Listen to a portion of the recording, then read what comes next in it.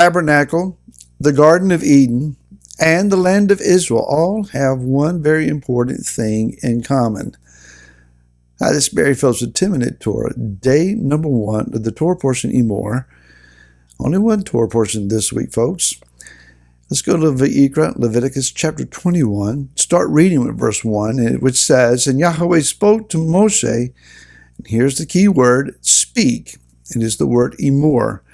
"Speak to the priests, the sons of Aaron, and say to them, no one is to be defiled for the dead among his people, except for his relatives who are nearest to him, for his mother, and for his father, and for his son, and for his daughter, and for his brother, and for his maiden sister who is near to him, who has no husband. For her he is defiled. The leader does not defile himself among his people to profane himself. They do not make any bald place on their head. They do not shave the corner of their beard, and they do not make a cutting in their flesh. They are set apart to their Elohim, and do not profane the name of their Elohim, for they bring the fire offerings of Yahweh and the bread of their Elohim, and shall be set apart."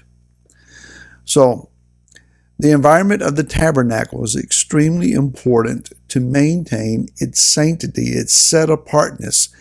It is not to be, nor must it ever become, common ground. So we're talking about the aspect of life called death. If we all live long enough, we're going to die unless the kingdom comes first. Therefore, let us understand that every one of us will taste death. At the time of this recording, Laura and I have been to 2 funerals in the last 2 weeks, and we are looking at attending a third. It just seems to be a season where, unfortunately, there are parents that are passing away, and we grieve their loss. The instructions here are Emor. This word is contrasted, as we noted in years past, contrasted with the Hebrew word davar. Davar, D''V-A-R, davar, the word normally translated as word or speak, is direct speech. It is commanding speech. It might even be harsh speech. It's very straightforward. By contrast, the word Emor, translated the same way, gives the context of tender speech, a softer tone, often offered with consideration of the hearer. And in this instance, where we're talking about the death of a loved one, Yah is not wagging his finger and pointing directly into our face and saying, this is what you're going to do.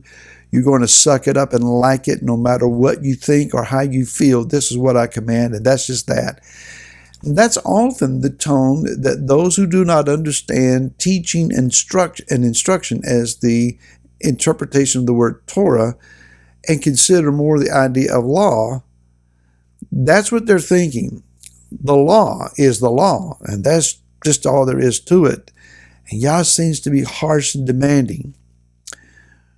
But rather, here again, the Torah is teaching and instructing. Yah is taking into consideration, with understanding, with compassion, that even among his priesthood there are those who are going to pass away, and they need time to grieve and mourn the loss of their family member. So, he gives direction, compassionate direction, and he's giving guidelines and directions that still yet, here's another key word, must be followed. These are not suggestions. This is not what I would like for you to do. This is what is required of you. Even in times of grief or in pain or in trauma, in times of hardship, the presence and the set-apartness of Yah's name and that which he is associated with must yet be kept set apart. Kadosh. It must be guarded. It must be given protocol. So there are no situations where we are justified in thinking or acting with the mindset of, Yah will just have to understand. This is what I got to do, and a man or a woman's got to do what they got to do. I got to take care of what's in front of me, and he'll just have to get over it and understand it. That's not permitted. Even in times of, again, grief, pain, trauma, hardship, urgent situations, especially in those moments, is when we need to cry out to Him and ask for His help. What do you want me to do? How do I respond? What is it that I need to say? What is it that I don't need to say?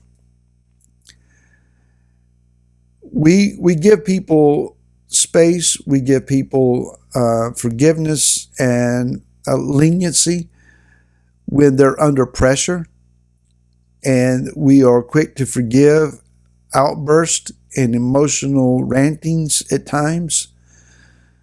But then it's not always quick and easy and smooth to get over. Sometimes things come out and are presented that's going to take a lot of mopping to fix that.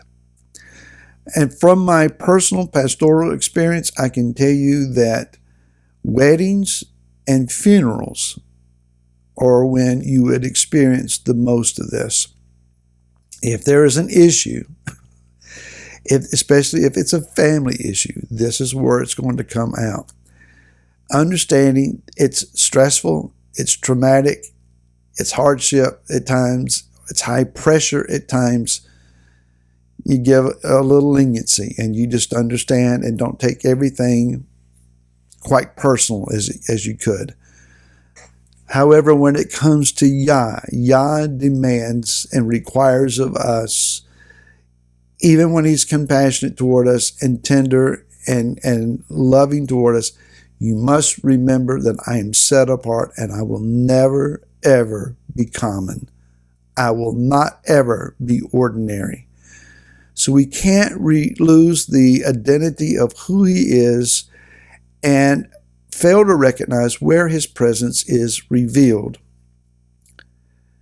Now here's a question for you. Can Yah trust us with those moments in challenging times with His identity and His awareness?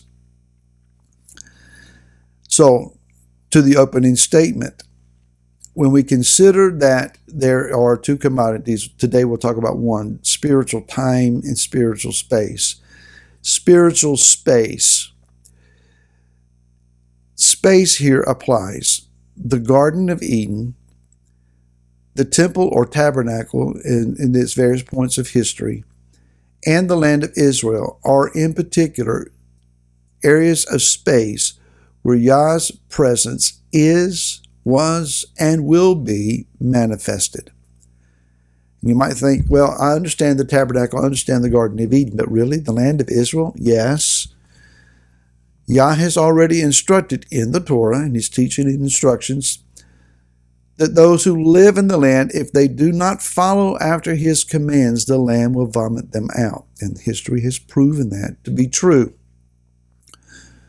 So even in the land of Israel, and I can tell you from the times that I've been there, there is a heightened awareness of Him, of Yah, of His presence, His reality, and you see it more clearly in the land of Israel than you can any other place on the face of the earth. I've been in revivals, I've been in intensity of His presence and worship settings in various places, but nothing compares to the reality of being in the land of Israel, in Jerusalem in particular, and on the Temple Mount even more so in particular. It's just something you cannot explain. That being understood, now we might understand more. Those who are entrusted with walking in His presence at a high level must maintain a set-apart lifestyle, speaking life, and life above all, the light, the life, the power, the majesty of our King, and not death, darkness, and destruction. Yah says, not so much, why are you asking, what about me? But we should be asking, Father, what about you? How do I reflect you? consider reflecting Him today. And we'll see you again tomorrow. Until then, shalom.